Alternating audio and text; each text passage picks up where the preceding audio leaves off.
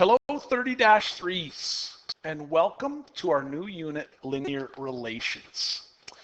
Linear Relations. This unit is going to take a whole bunch of information that we've worked on before and tie it all together. But basically what a linear relation is, it's an association between two sets of numbers. So when you have information, it leads to more information. An example would be maybe the hours that you work, hours per week at a job. Well, that's going to result in the amount your paycheck is. One set of data results and is associated to the second set of data.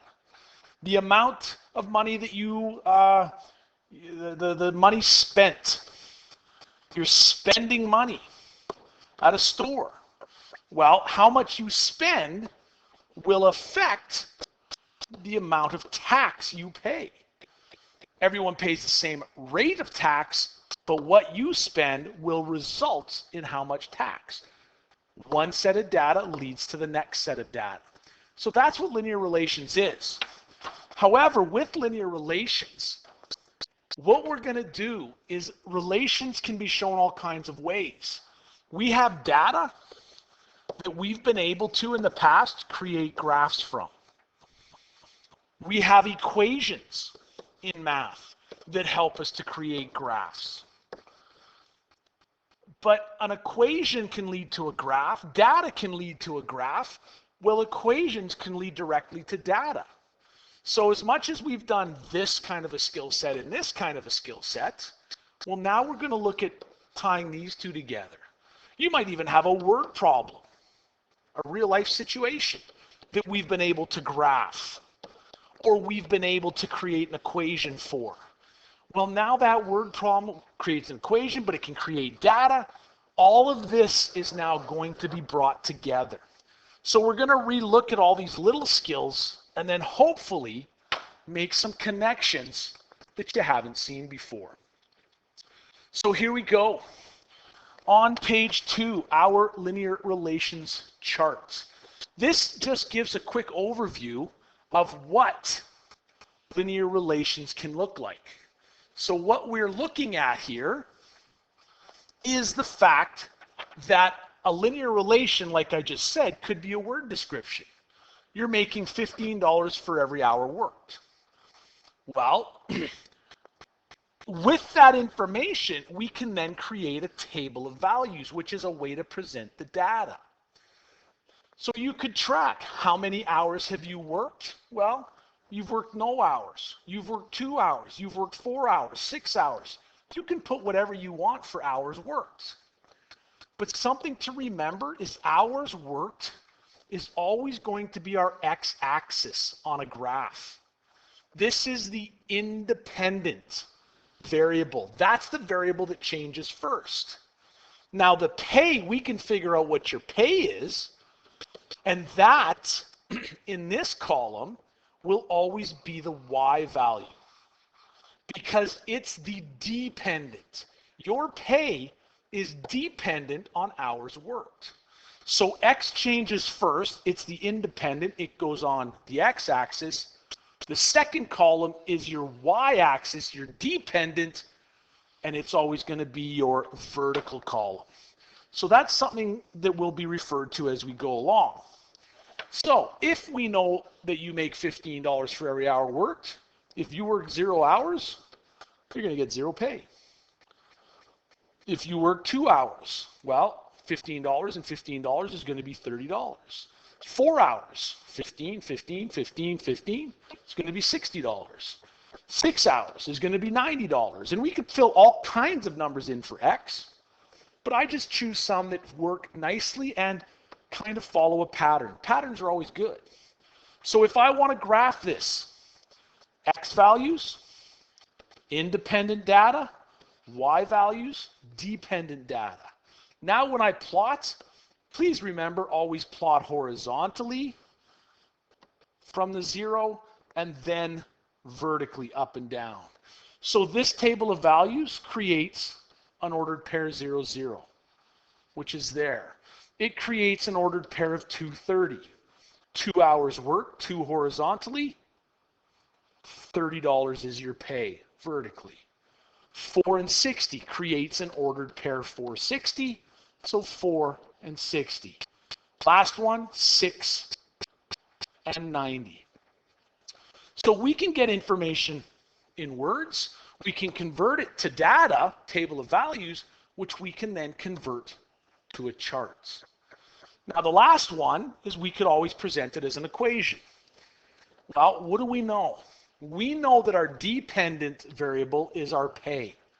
What does our pay based on? How would we calculate it? We're getting $15 for every hour. Hours can change, so we'll use the variable X. So words to data, data to a graph, graph to an equation. We've seen this before, but we're going to look at how there's a relation between some of these things that maybe we haven't made before. That's what we're looking at. So let's take a look at a couple more examples. Page 3. If you take a look at that, can you please do what it asks? Finish the table of values, graph the information, and then write an equation for it. Well, let's do this one together. Jody rents the batting cage, $20 an hour. So hours rented, 0. It's not going to be any cost. It's $20 per hour. 1 hour rent, well, 20 once is 20. 2 hours rent, $20, and then another 20, $40. 3 hours would be $60. 4 hours would be $80. So we took the information, put it as data, and now we have ordered pairs, XY values, that we can plot onto our graph. So that's what we'll do next. Because information becomes data, data can become a graph. 0 hours, well, that's $0. Hours rented, X to cost, Y. 1 hour is going to be $20. 2 hours would be $40. Note that every line represents 20, 20, 40, 60, 80, 100. So 2 hours would be $40. 3 hours would be $60. 4 hours would be $80. And there's our graph. From there, can we come up with an equation for all of this situation? Well, the cost to rent the batting cage is going to be, we know $20 for every hour, but we're not sure how many hours, so we can use X because hours is our unknown because it changes. There you go. Try the next one. Pause the video. Give this one a try. Sally, Little League. What do you come up with? Give it a whirl.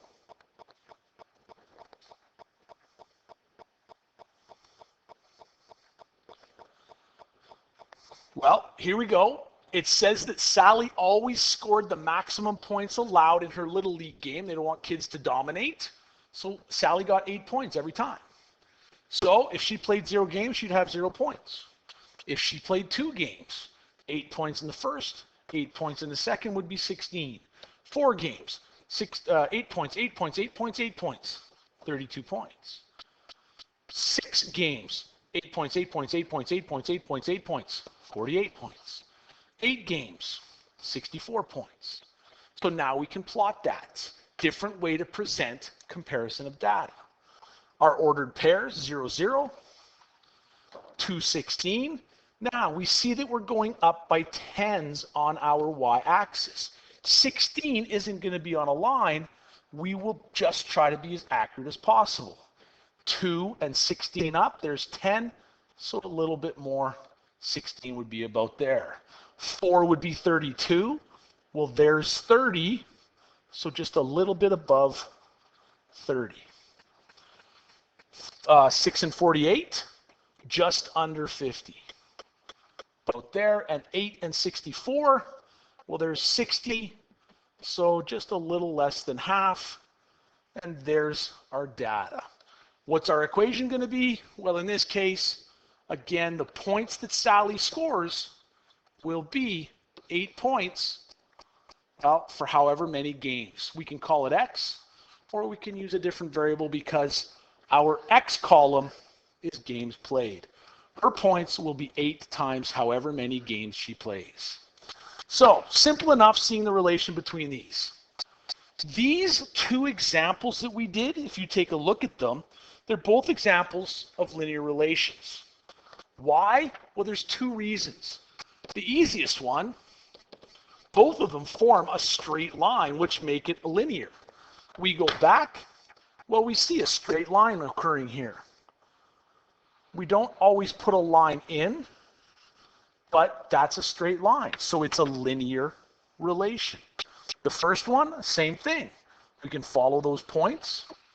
They form a linear relation. So that's one reason. The second reason they're linear is because in our table of values, we have constant increases. Not constant, sorry, I like a better word. Consistent increases is what I wanted to say.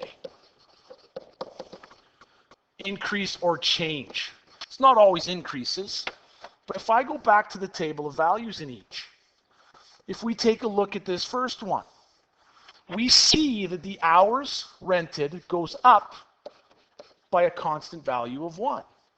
Our costs, hard to see with all my scribbling, but 0 to 20, 20 to 40, 40 to 60, 60 to 80, we have a constant change there, increase of 20.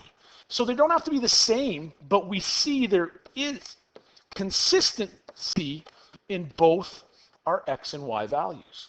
That means it's going to form that linear line. Second one, it's the same thing. Games played, well, this time when we collected the data, we changed it by 2 games instead of going up by 1. That's okay, but it's consistent. And what happened to the points? Well, if we take a look, we went up by 16 each time. So again, consistent change for each axis results in a linear straight line relation. So that's why we're looking at linear relations here. So here's the twist. Take a look at this example on the next page, looking at page 4 now. 4A. Bowling alley charges $15 to rent a lane and then $10 per game. So what would the cost be to go out to bowl with some friends? Well, if you didn't bowl any games at all, 0 games bowled, what would your cost be? Well, it wouldn't be nothing because they charge $15 off the bat to rent the lane. You play 0 games, it's still costing you $15. Maybe you rent the lane, you go and you sit and you end up just talking the whole time. I don't know why you do that, but maybe. So this time there's a cost before you even start to do something. So if you then bowl 1 game, well, 1 game, you're now being charged $15 for the lane plus $10 for that game. So you'd be looking at $25. Well, if you bowled 2 games, it would be $15 plus $10 for the first plus $10 for the second. We'd be looking at a $35 fee. You bowl 3 games, well, it's going to be another $10 charge. That'll take us to $45. You bowl a 4th game, another $10 charge, take you to $55. So if I graph this one, I now have ordered pairs, 0, 15. Well, if we look at our scale, we're going up by 10s, so 0, 15 would be halfway between 10 and 20. 1 game is going to be $25, halfway between 20 and 30. 2 games would be $35. 3 games would be $45. 4 games would be $55. What do we see? Again, we see that this is a linear relation. Why else is it linear? Well, if I look at my table of values, our games are going up by 1, consistent. Our cost, even though we didn't start at 0, we still have a consistent cost change of $10. So consistent changes for each axes, X and Y, independent, dependent, however you want to look at it, and we see that we end up with that linear relation. What's the equation in this case, though? Well, this time we got to look at the word problem, which will probably help a little bit. Our equation, well, there's a cost to bowl. How much are you paying to go bowling? Well, in this case, it's a little different. We pay $15 to rent the lane. We only pay that once, but we still have to incorporate it into our cost. What else is the cost? Well, we're going to add $10. But the question is, how many times do you add $10? Depends upon how many games you play. It's going to change. So the cost would be $15 for sure once, plus $10 of however many games you play. So we would multiply the 10 by G, depending on how many games you play. There's the cost. Little bit different than the previous graph, and we're going to talk about that in a bit in future lessons. So B, take a look at that one. Pause the video, give it a try. Let's see what you come up with. Can you get the table of values? Can you get the graph? And can you get the equation? Go, give it a whirl now. Quickly, hurry, do it.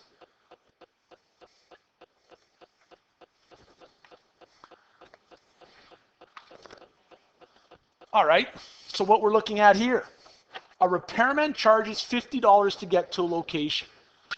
So in order to travel, because they have tools, they're going to charge you, before they start charging you, $25 per hour while they're there. So if a repairman shows up and hasn't worked any hours, what's the cost? $50 right off the bat, just because they had to get there, their time to travel, all kinds of things.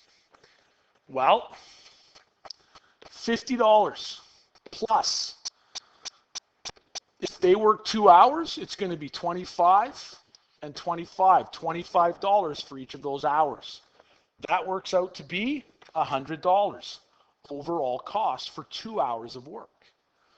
Well, if they work a total of 4 hours, it would be those 2 hours plus 2 more hours, 50 plus 25, 25, 25, 25, there would be a $150 cost. If that repairman worked for 6 hours, well, we'd have to add 25 twice more, which would take us to $200 to have them come and do 6 hours of work.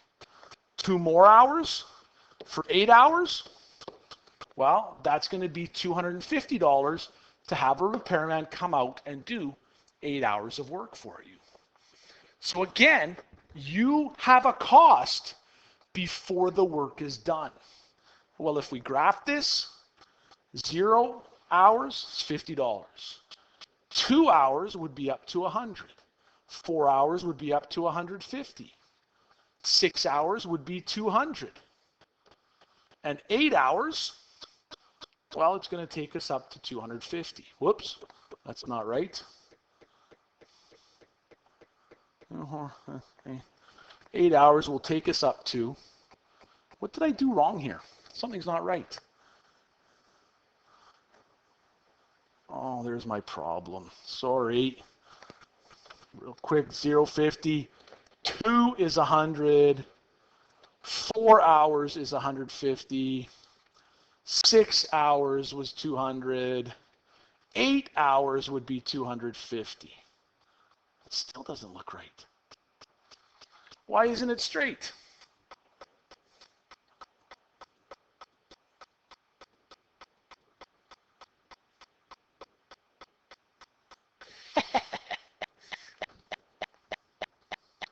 So I apologize with this. I kind of made a small error because I'm not consistent. 1, 2, 3, 4, and then 6. That's why my graph is not working. This should actually be a 5, and this should be a 6. So 6 hours would be 200. There we go. We do have a straight linear relation. And why? Because our table of values has consistent changes to it. So there's the quick review of how we can graph, but understanding how we can get a straight linear relation. So practice these graphs a bit, because understanding how to graph is going to be so important when we start to talk about the relation between graphs and word problems and the equations and things. Booklet, page 5 and 6, not overly complicated. Remember, answers for the booklet are on Brightspace. Check your work, ask questions if you have them. Have fun.